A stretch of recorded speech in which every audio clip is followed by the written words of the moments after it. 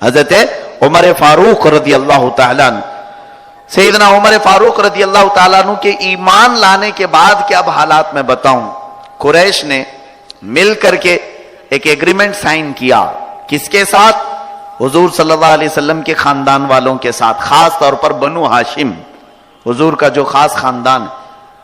یہ کہ محمد اور ان کے ساتھیوں کے ساتھ مکہ میں نہ کوئی تجارت کرے گا، نہ کوئی لین دین کرے گا، نہ کوئی رشتہ داری، نہ سلام کلام، مکمل سوشل بائیکاٹ ہوگا.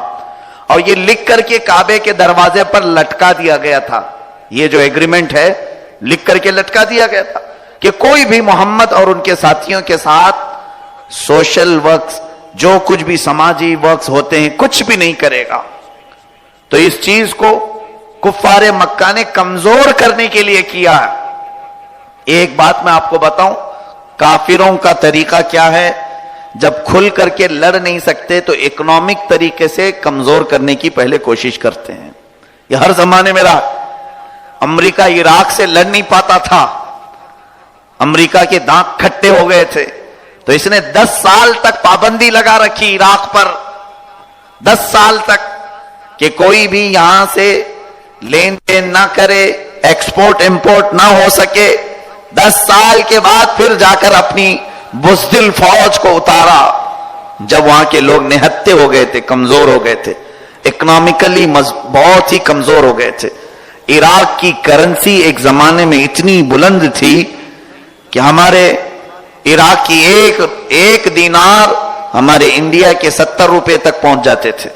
لیکن آج اس کی کرنسی کو اتنا گرایا گیا ہے کہ عراق کی، میں کیسے بتاؤں آپ کو، انڈیا کے اور عراق کے درمیان اتنا فرق ہے کہ آپ انڈیا کے 1000 روپے دیں گے تو عراق کے 18,000 روپے ہو جاتے ہیں. اتنا لو کرنسی ہے. 18,000 روپے، ہمارے 1,000 روپے ان کے 18,000 روپے ہوتے ہیں. اتنی کرنسی کو ڈاؤن کیا گیا، اور مہنگائی اتنی زیادہ کہ اگر آپ وہاں کے ریٹ کے اعتبار سے دیکھیں، ایک وقت کا کھانا ہی 12,000 روپے کا ہوتا ہے، ان کے 12,000 روپے. تو اس اعتبار سے اکنامیکل جنگ لڑی جاتی ہے. کافروں کا طریقہ ہر زمانے میں یہی رہا. حضور صلی اللہ علیہ وسلم کا سوشل بائیکاٹ جو ہوا وہ حضرت عمر کے ایمان لانے سے.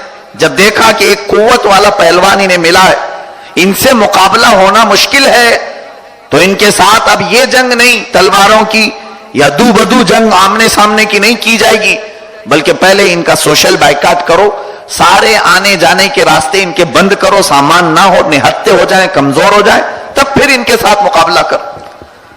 یہی حال عراق کے ساتھ ہوا، یہی حال ملک شام کے ساتھ ہوا. ملک شام میں کتنے سالوں سے رسد خوراک نہیں پہنچتی. یمن کے ساتھ یہی حالات، افغان کے ساتھ یہ حالات، جتنے اسلامی ممالک ہیں ان سب کے ساتھ یہ حالات پیش کیے جا رہے ہیں. اور اتنا ہی نہیں بلکہ اب نئے حالات آپ نے دیکھے ہوں گے، اخبار سنے بھی ہوں گے، ترکی کے ساتھ بھی اب یہی حالات پیش آ رہے ہیں. ترکی اسلامی ایک ملک جہاں ایک نڈر لیڈر اب وجود میں آیا ہے، وہ کفار و مشرکین سے آنکھوں سے آنکھیں ملا کر بات کرنے لگا ہے، بیت المقدس کے مسئلے کو اٹھانے لگا ہے، فلسطین کے کمزوروں پر بات کرنے لگا ہے، برما میں ہونے والے ظلم کے خلاف آواز اٹھانے لگا ہے. تب پھر امریکہ کی نیند حرام ہو چکی ہے، یورپین کنٹریز کی اب نیند خطرے میں ہے. ترکی کے ساتھ مقابلہ نہ ہوگا، اس لیے اب اس کا سوشل بائیکاٹ کیا جا رہا ہے. ترکی پر پابندی لگاؤ، اس کی کرنسی کو ڈاؤن کرو. چند دنوں پہلے لیرہ ترکی میں جو چلتے ہیں ان کی قیمت 2 لیرہ $1 کے برابر ہوتے تھے، یعنی انڈیا کے 26 روپے کا 1 لیرہ تھا. لیکن ابھی دیکھا جائے تو تقریباً گرا کر اس کی کرنسی کو 9 روپے تک لایا گیا ہے. میرے عزیزو، یہ باتیں میں اس لیے کر رہا ہوں کہ یہ اس زمانے کی جنگ اکنامیکل لڑی جا رہی ہے، اقتصادیات کے اعتبار سے لڑی جا رہی ہے. مسلمانوں کو اب بھی پتنجلی خریدنے کا شوق ہے. یہ ساری چیزیں اس لیے ہوتی ہیں کہ پروڈکٹس لا کر کے تمہاری حلال کمائی کو गाय के पेशाब में डालने की कोशिश की जाती है। यहां पर मजहबी एतबार से भी मैं आपको बात करना चाहता हूं, जब इकोनॉमिकल तरीके से पूरी दुनिया लड़ रही है तो आप भी उसी अंदाज से लड़ो कि हम अपने मुसलमान भाइयों के इकोनॉमिक को मजबूत करने की कोशिश करेंगे। हम तिजारती एतबार से उन चीजों की खरीदो फरोख्त करें जिन चीजों से इस्लामी ममालिक को फायदा पहुंचता हो। सऊदी को हटाओ, ये जालिम है, वो यहूदी हैं, उनका इस्लाम से ताल्लुक ही नहीं रहा है, इसलिए कि वो अमेरिका और यूरोप के पट्टू बने हुए हैं। बाकी रही बात जो इस्लामी कंट्रीज हैं, इनको दबाने की कोशिश की जाती है। आज सारे मुसलमान इकोनॉमिकली इस जंग और इस जिहाद में शरीक हो सकते हैं, इस तौर पर कि तुर्की के साथ अगर ये मामलात पेश आ रहे हैं, सारा अमेरिका और यूरोप मिलकर एक इस्लामी कंट्री को दबाकर उसकी करेंसी को डाउन करना चाहता है, तो तुर्की के अवाम मामूली नहीं है। अल्हम्दुलिल्लाह उनकी हिम्मतों को मैं सलाम करता हूं। उन्होंने अपने कायद, अपने लीडर और अपने प्रेसिडेंट का ऐसा साथ दिया कि जिसके पास जो जो डॉलर था वो फाड़ कर जला दिया। कहा हम लेन देन करेंगे तो तुर्की की करेंसी में करेंगे, डॉलर में नहीं करेंगे, और तुर्की के प्रोडक्ट्स हम खरीदेंगे। तो तुर्की के अवाम ने सबसे ज्यादा अपने लीडर का साथ दिया। उसके अलावा दुनिया में जहां पर भी गैरतमंद मुसलमान हैं, सब आगे बढ़े और उन्होंने कहा जब हम डॉलर खरीद करके रख लेते हैं सेविंग में, तो उससे बेहतर है कि हम तुर्की की करेंसी खरीद करके रखेंगे, इसलिए कि हमारा एक भाई मजबूत हो जाए। ये मैं आपको, अगर सियासत की बातें लग रही हूं आपको और जदीद अंदाज की कि ये टॉपिक कहां से आया, तो मैं आपको जोड़ के बताऊं। रसूल पाक सल्लल्लाहु अलैहि वसल्लम का सोशल बाइकाट किया काफिरों ने, मक्का वालों ने, इस तौर पर कि कोई चीज आने और जाने नहीं देते थे मक्का में। हुजूर पाक सल्लल्लाहु अलैहि वसल्लम के साथ जो लोग थे उन्होंने फरमाया कि हुजूर ने कई दिन पत्ते खाए हैं, दरख्त के पत्ते खाए जाते, चमड़े खाए जाते थे। कुरैश को चमड़े खाने पर मजबूर कर दिया था। एक सहाबी हजरत साद बिन मुआज रदी अल्लाह ताला मदीने के रहने वाले थे और मदीने के आम आदमी नहीं थे, रईस आदमी थे, और वो ईमान ला चुके थे पहले ही मदीने में रहते हुए ही।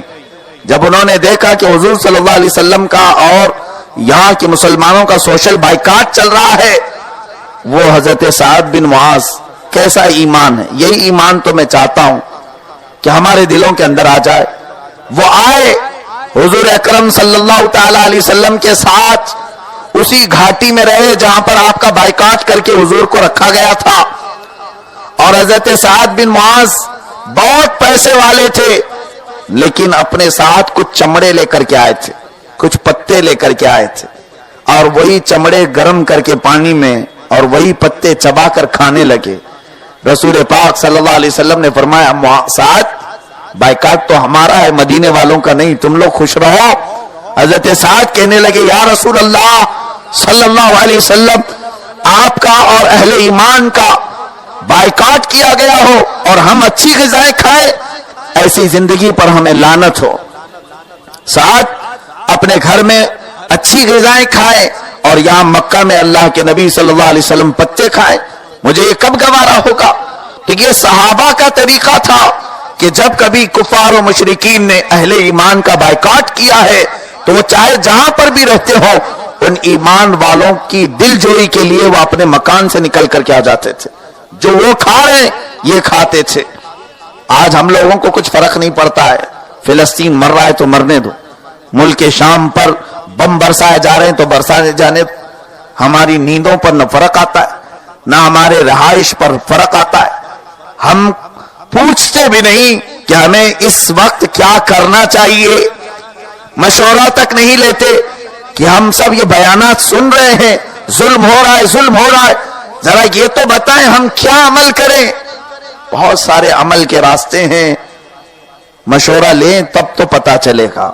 अजीजान गिरामी, सैयदना उमर इब्न खत्ताब रदी अल्लाह ताला अन्हु की जुरतमंदी और दिलेरानापन इस्लाम में भी इस तरह से कायम रहा کہ जब रसूल करीम सल्लल्लाहु ताला अलैहि वसल्लम हिजरत फरमा कर मदीने तैयबा तशरीफ ले गए तो हुजूर के साथ सिर्फ हजरत अबू बकर गए थे, लेकिन जो सहाबा पीछे रह गए थे, जो भी मक्का छोड़कर मदीने जाता कुफार और मुशरिकीन जमा होते और इतना मारते कि वो खून खून होकर मदीना पहुंचते थे। बहुत सारे ऐसे सहाबा हैं। हजरत मुसाब बिन उमैर, इनकी वालिदैन ही इनको गुंडे लगा करके मारे थे, इतना मारा था कि उनके पूरे जिस्म को खून खून कर दिया था, हत्ता कि उनकी सगी मां मुसाब बिन उमैर से कहती है कि हमारी जायदाद सब तुझे नहीं दी जाएगी। उन्होंने कहा ठीक है रख लो, मैं जा रहा हूं मदीने। जाने लगे तो फिर पीछे से पुकार कर कहती है, ए मुसाब, तुम्हारे जिस्म पर जो लिबास है ना वो भी हमारे पैसों के हैं। हजरत मुसाब ने वो लिबास भी उतार के दिया, टाट का कपड़ा पहना, गोनी जो होती है वो डाल करके मदीने पहुंचे थे। जब मदीने पहुंचे थे तो उनके घुटने भी टूट गए थे। इस हालत में हिजरत किए हैं सहाबा, मक्का छोड़ा है, तिजारत, माल और दौलत, घर बार, रिश्तेदार, ऐज़ा अकरबा सब छोड़ करके गए। लेकिन ये सब सहाबा जुल्म के शिकार हुए।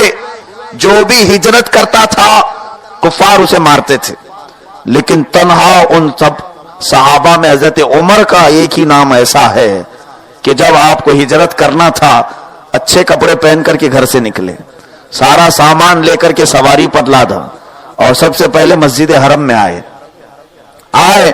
नमाज पढ़ी और खाने काबा के पास एक ऊंचे टीले पर खड़े हो गए और जोर से ऐलान करने लगे, ए मक्का वालों, उमर हिजरत कर रहा है, मक्का छोड़कर मदीने जा रहा है, किसी को हिम्मत है तो आकर रोक के दिखाओ।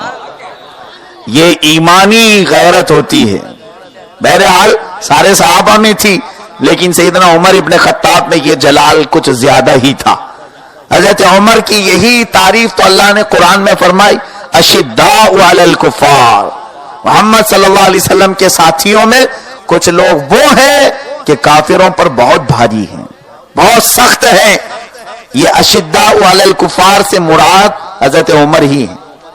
हजरत उमर ऐलान करते रहे, किसी को करीब आने की हिम्मत नहीं हुई। हजरत उमर फिर अपनी सवारी पर बैठकर पूरे मक्का को 3 मरतबा गलियों से घुमाया अपनी सवारी को। हर घर के सामने से गुजरते थे, शाम हो गई कोई नहीं आया तो मदीने के रास्ते पर चल पड़े।